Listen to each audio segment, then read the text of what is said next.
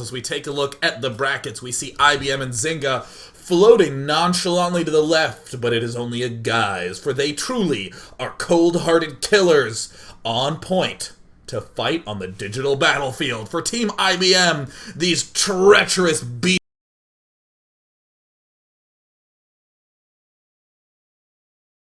men will battle against the cunning coders from Team Zynga.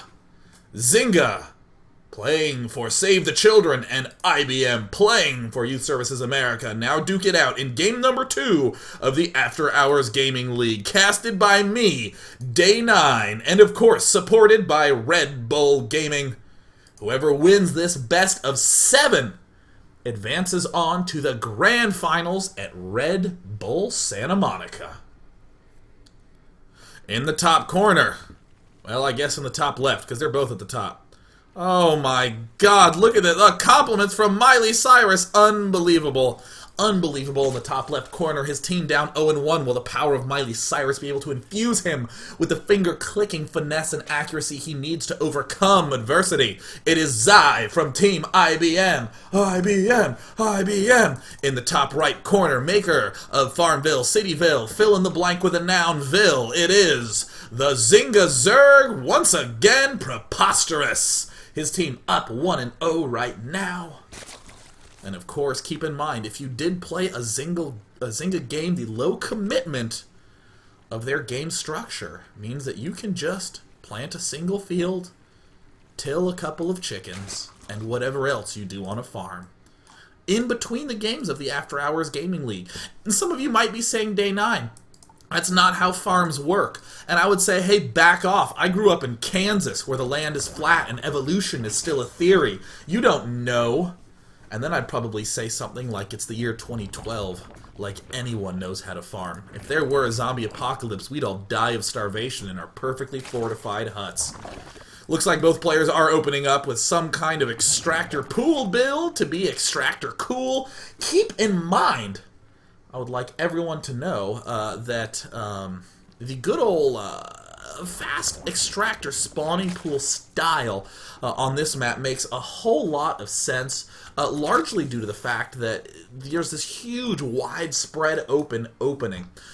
If you end up with, I don't know, say some sort of faster expand, you can easily be run by at the front. If you try to go too quickly for roaches, again, easy run by, but even worse, an easy surround and you lose your roaches. Roaches work well in tight spaces, meaning they work well on maps like Entombed Valley, or they would work well in an episode of 24. Preposterous now building his queen, getting the Zergling speed. Always critical to have the lead in Zergling speed no matter what.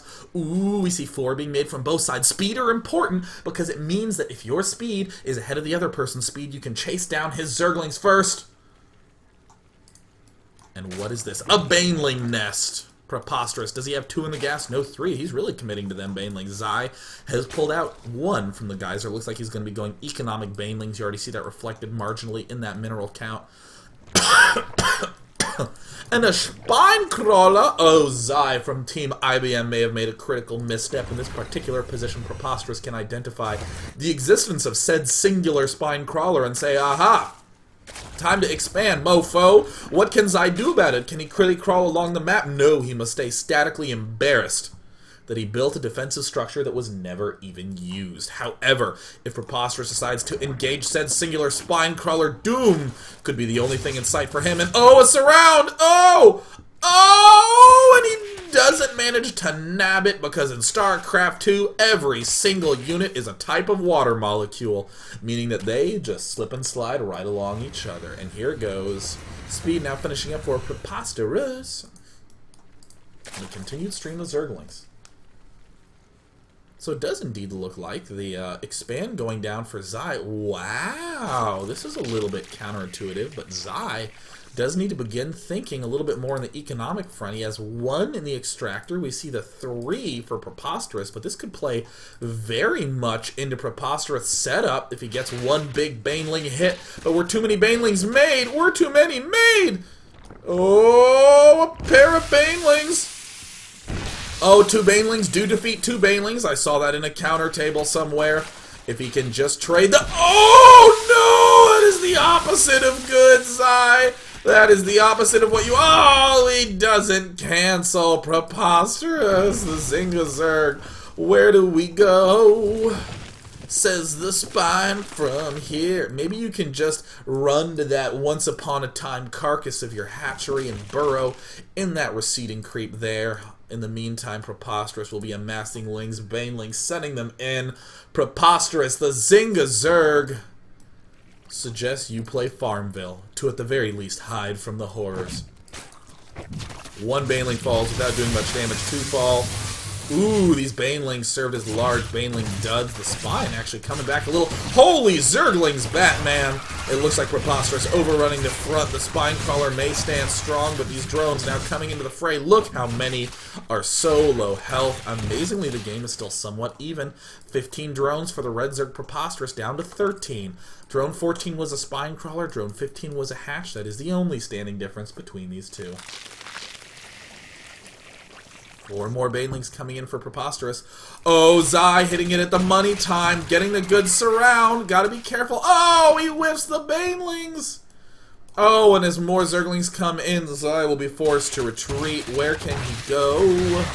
He can't. He ends up getting gobbled right on up. And a good game.